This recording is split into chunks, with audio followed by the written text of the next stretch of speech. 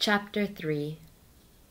Instruction which the Queen of Heaven gave me concerning the vows of my profession. I will not deny thee the instruction which thou askest of me with the desire of putting it into practice. But do thou receive it with an appreciative and devout mind, ready to follow it in deed. The wise man says, My son, if thou be surety for thy friend, thou hast engaged fast thy hand to a stranger, thou art ensnared with the words of thy mouth, and caught with thy own words. Accordingly, he who has made vows to God has bound his own will, so that he has no freedom of acting except according to the will and direction of him to whom he has bound himself, for he is chained down by the words of his own mouth, uttered in the profession of his vows. Before taking his vows, the choice of his ways was in his own hands, but having once bound and obliged himself, let him know that he has entirely lost his liberty, and had delivered himself up to God and his superiors. The whole ruin or salvation of souls depends upon the use of their free will, but since most men use it ill and damn themselves, the Most High has established religious life under the sacred vows. Thus the creature, by once using its liberty to make a perfect and prudent choice, can deliver up to His Majesty that very liberty which so many pervert, if it remains free and unhampered in its choice. By these vows, the liberty to do evil is happily lost, and the liberty for doing good is assured. It is like a bridle, which leads away from danger and directs into the smooth and sure road. The soul is freed from the slavery and subjection of the passions, and acquires a new power over them, resuming her place as mistress and queen in the government of her kingdom, and remaining subject only to the law of grace and the inspirations of the Holy Ghost. If she thus applies her whole will solely to the fulfillment of all that she has promised to God, the Holy Spirit will govern and direct all her operations. The creature thereby passes from the condition and state of a slave to that of a child of the Most High, from an earthly to an angelic life, while the corruption and evil effects of sin cannot exert their full power. It is impossible that thou ever be able in this earthly life to calculate or comprehend what and how many are the blessings and treasures those souls gather for themselves, who, with all their powers and affection, strive to fulfill perfectly the vows of their profession. For I assure thee, my dearest, that those who are perfect and punctual in their religious obligations can equal and even surpass the martyrs in merit. My daughter, thou didst happily begin to gather these blessings on the day when thou didst choose the better part. But remember well that thou hast bound thyself to the eternal and mighty God, to whom the inmost secrets of thy heart are manifest. If it is so base and detestable to deceive and disappoint men in just promises, how vile is it to be unfaithful to God in the most just and holy promises. As thy Creator, Preserver, and Benefactor, He claims thy gratitude. As Father, thy reverence. As Spouse, thy fidelity. As a friend, amicable intercourse. As the most faithful, He should excite thy faith and hope. As the highest and eternal good, He should possess thy love. As the Almighty, thy entire subjection. As the most just judge, He should rouse thy humble and holy fear. Against all these allegiances, and many others, thou committest perfidious treason in failing or hesitating to fulfill what thou hast promised, according to thy profession. And if in all the nuns who have obliged themselves to a spiritual life and conversation, it is such a monstrous and terrible abomination to call themselves spouses of Christ, while living as members and slaves of the devil, how much more abominable will it be in thee, who hast received more than they all, and therefore shouldst exceed them in loving and exerting thyself to make a return for such incomparable blessings and benefits. Consider, O soul, how detestable this fault would make thee in the sight of the Lord, of myself, and of the angels and saints. For we all are witnesses of the love and fidelity which he has shown toward thee as a generous, loving, and faithful spouse. Strive then with all thy heart to avoid offending him, either in great or in small things. Do not force him to relinquish thee and to deliver thee over to the beastly disorders of sin, for thou knowest that this would be a greater misfortune and punishment than if he consigns thee to the fury of the elements, or to the wrath of all the wild animals, or even to the rage of the demons. If all these were to execute their anger upon thee, and if the world were to heap upon thee all its punishments and insults, all would do thee less damage than one venial sin against the God whom thou art obliged to serve and love in all things and through all things.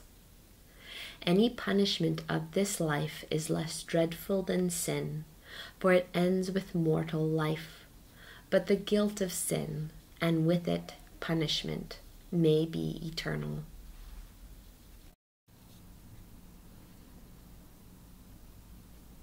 In this life, any punishment or tribulation fills mortals with fear and dread, merely because it affects the senses and brings them in close touch with it through them.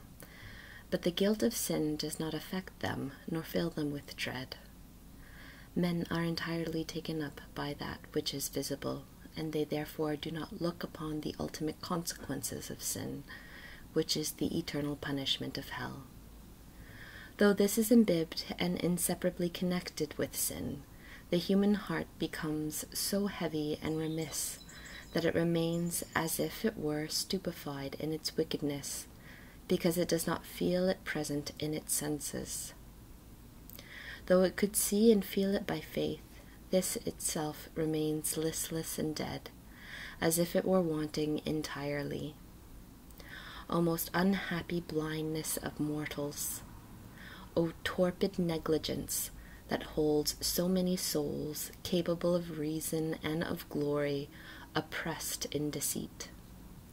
There are not words or sentences sufficient to describe this terrible and tremendous danger. My daughter, haste away and fly with holy fear such an unhappy state, and deliver thyself up to all the troubles and torments of life, which pass soon, rather than incur such a danger, for nothing will be wanting to thee if thou do not lose God. To be convinced that there are no small faults for thee and for thy state is a powerful means of saving thyself. Fear greatly the small things, for in despising small faults, the Most High knows that the human heart invites other greater ones. That is not a blameless love, which does not avoid all displeasure of the beloved. The order which religious souls should maintain in their desires should be that they strive to be punctual in fulfilling the obligations of their vows and all the virtues which are connected with them. Afterwards, and secondarily, they may engage in voluntary practices, such as are called supererogatory. This order, some of the souls, who are misled by the devil to entertain an indiscreet zeal for perfection, are wont to invert. Thus, while they fail seriously in the obligations of their state, they are eager to add other voluntary exercises and practices, which are usually of small use or benefit, or arise from a spirit of presumption and singularity. They secretly desire to be looked upon as distinguished in zeal and perfection, while in truth they are very far even from the beginning of perfection. I do not wish to see in thee a fault so reprehensible, but first fulfill all the duties of thy vows and of community life, and then thou mayest add what thou canst, according to thy ability and the inspiration of divine grace. This together will beautify thy soul, and will make it perfect and agreeable in the eyes of God. The vow of obedience is the principal one in religion, for it implies a total renunciation and denial of one's will. By it, the religious renounces all jurisdiction or right to say for himself, I will or I will not, I shall or I shall not act. All this he throws aside and renounces by obedience, delivering himself into the hands of his superior. In order to fulfill this obligation, it is necessary for thee not to be wise in thy own conceit, not to imagine thyself still mistress of thy likings, thy desires, or thy opinion. For true obedience must be of the quality of faith, so that the commands of the superior are esteemed, reverenced, and put into execution, without any pretense of examination or criticism. Accordingly, in order to obey, thou must consider thyself without opinion, without life of thy own, without right of speech, but thou must allow thyself to be moved and governed like a corpse, alive only in order to execute devotedly all that the superior desires.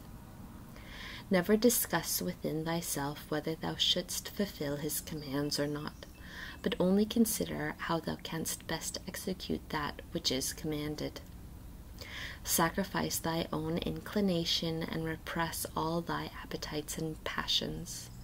And when by this efficacious determination thou art dead to all the movements of self, let obedience be the soul and the life of thy works.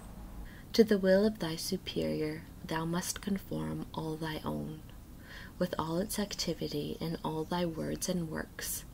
Let it be thy prayer to be able to quit thy own being and receive another new one, so that nothing be thine and all in thee be of obedience, without contradiction or resistance.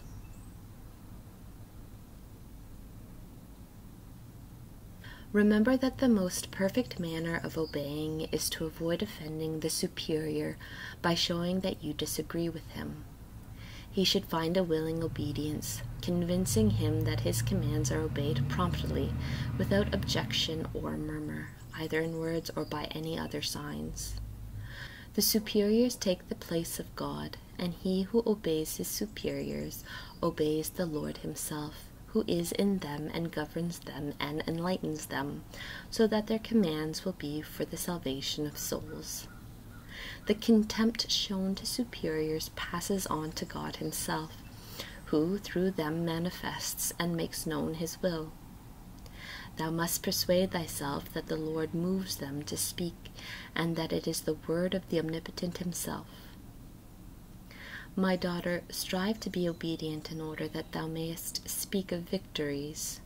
Do not fear to obey, for that is the secure path, so secure that God will not bring to account the errors of the obedient on the day of judgment, but he will rather blot out other sins in consideration of the sacrifice made in obedience.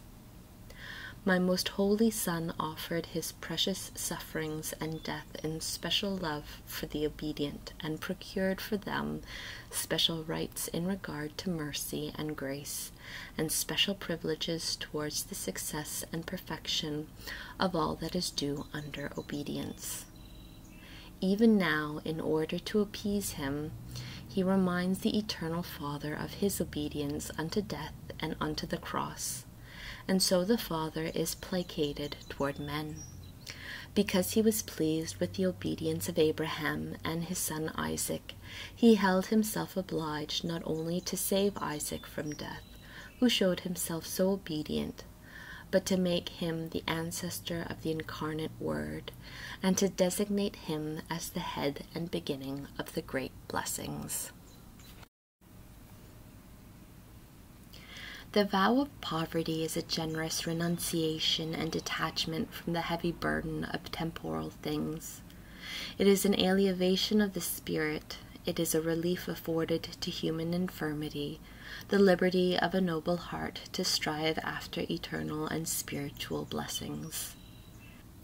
It is a satiety and abundance in which the thirst after earthly treasures is allayed, and a sovereignty and ownership in which a most noble enjoyment of all riches is established.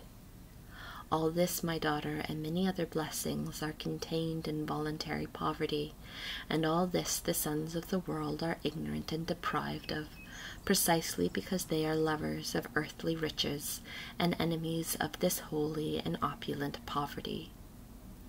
They do not consider, although they feel and suffer, the heavy weight of riches, which pins them to the earth and drives them into its very bowels to seek gold and silver in great anxiety, sleeplessness, labors, and sweat, as if they were not men, but wild beasts that know not what they are suffering and doing.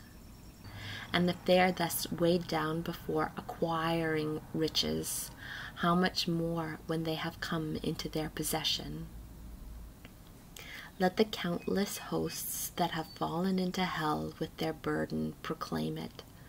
Let their incalculable anxieties of preserving their riches, and much more, let the intolerable laws which riches and those that possess them have foisted upon the world, testify what is required to retain them.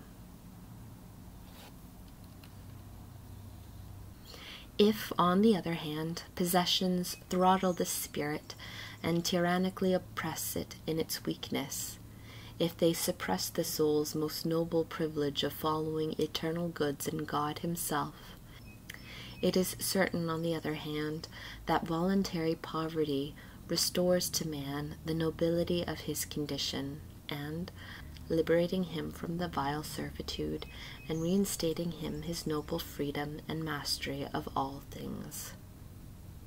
The soul is never more a mistress than when she despises them, and only then has she the more firm possession and makes the more excellent use of riches, when she gives them away or leaves them of her own free will. Only then her appetite for them is best satiated, when she does not care to possess them. Then, above all, is the heart set free and made capable of the treasures of the divinity, for which it is furnished by the Creator with almost infinite capacity. My daughter, I wish thee to study diligently this divine philosophy and science, which the world forgets, and not only the world, but also many religious souls who have promised it to God. Great is the divine wrath on account of this fault, and suddenly will the infringers of this vow receive heavy and unexpected punishment. By setting aside their voluntary poverty, they have alienated from themselves the Spirit of Christ, my most holy Son, and all that we have come to teach men in abnegation and poverty. Although they do not now feel it, because the judge delays, and they enjoy the abundance which they desire, yet, in the judgment, they will find themselves overwhelmed and dismayed by the rigor of their punishment, greater than they ever expected, considered, or imagined in their forgetfulness of divine justice. The temporal goods are created by the Most High for the sole purpose of sustaining life. Having attained this end, the need of them ceases, and as this need is limited, soon and easily satisfied, There is no reason that the care for the immortal soul should be only fitful and temporary, while the hunger after riches should be so perpetual and unintermitting as it has come to be among men.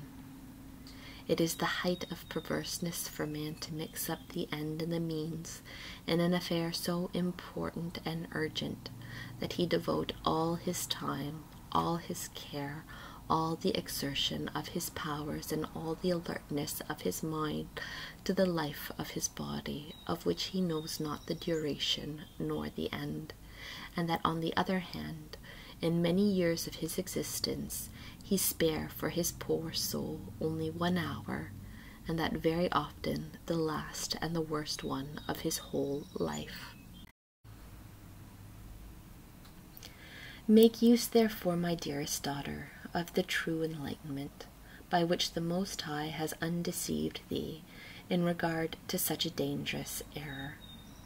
Renounce all affection or inclination for earthly things, even under the pretext of the necessity and poverty of thy convent. Do not be over-solicitous to procure the things used for the sustenance of life. In exerting ordinary care, let it be such as will not disturb thee when thou failest to obtain what thou desirest, and let it be without inordinate affection, even when thou seekest it for the service of God. For thou must know that thy love of God shall be so much the less as the number of things thou lovest together with him is greater. Greater possessions thou must renounce as superfluous. Thou dost not need them, and it is a crime to keep them for no purpose. The little thou standest in need of should also be esteemed but little, for it would be a great error to embarrass the heart with that which is of no account and can hinder it much.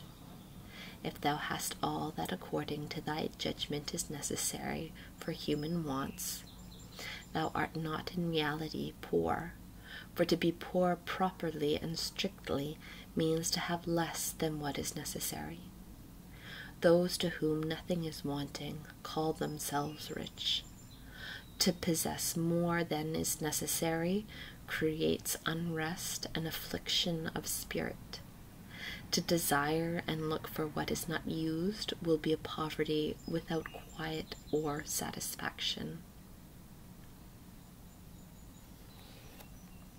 I require of thee such a freedom of spirit as not to attach thyself to anything, be it great or small, superfluous or necessary. Of the things that are necessary for human life, accept only so much as is needed to prevent death or indecency. Let this latter be of the poorest, and of such as is patched up sufficient to cover thee. And in thy nourishment seek what is most coarse, without satisfying thy particular whims of taste, but asking for what is insipid and tasteless, so that on purpose thou mayest be served with what is disagreeable, and be deprived of what the appetite craves, thus seeking in all things the greatest perfection. The vow of chastity includes purity of body and soul. This is easily lost, and it is difficult sometimes, according to the manner of losing it, even impossible to repair. This great treasure is deposited in a castle which has many portals and openings, and if these are not all well guarded and defended, the treasure is without security. My daughter, in order to preserve perfectly this vow, it is necessary to make an inviolable pact with thy senses, not to use them except for what is according to the dictates of reason and for the glory of the Creator. After once the senses are mortified, it will be easy to overcome thy enemies, for only through them can they conquer thee. For no thoughts can recur or be awakened to activity unless fomented and excited by the images and impressions admitted through the exterior senses. Thou shouldst not touch, nor look upon, nor speak to any person of whatever condition, whether man or woman, so as to let their images or resemblances find entrance into thy imagination. This carefulness which I enjoin will be the guard of the purity which I require of thee. If on account of charity or obedience thou must converse with them, for only these virtues are sufficient causes for conversing with creatures, do it with all gravity, modesty, and reserve. In regard to thy own person, live as if thou wert a pilgrim and stranger in this world. Be poor, mortified, laborious, loving the hardship connected with temporal things, without expecting elevation or enjoyment, as one who is absent from her home and her country, enlisted to work in battle against powerful foes. Since the flesh is the center of weakness and danger, it is proper that thou carefully resist thy natural likings, and through them the temptations of the demons. Raise thyself above thyself, and seek a habitation far above all that is earthly, in order that thou mayest live under the shadow of him whom thou desirest, and in his protection thou shalt enjoy tranquillity and true refreshment.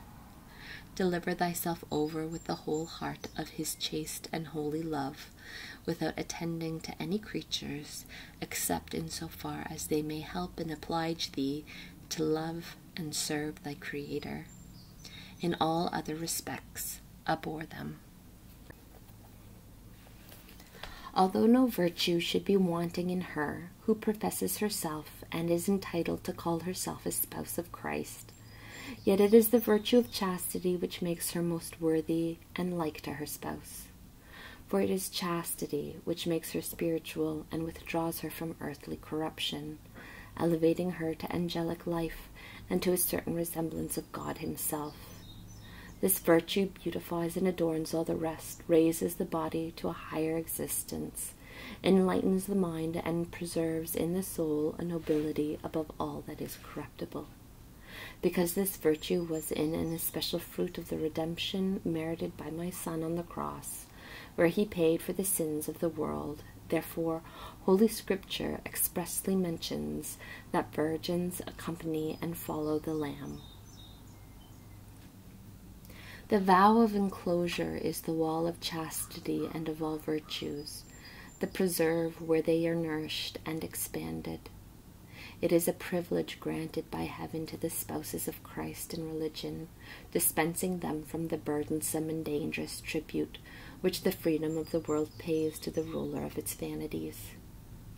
By this vow the religious live as in a secure port, while other souls navigate and are tossed about in the storms of a dangerous sea.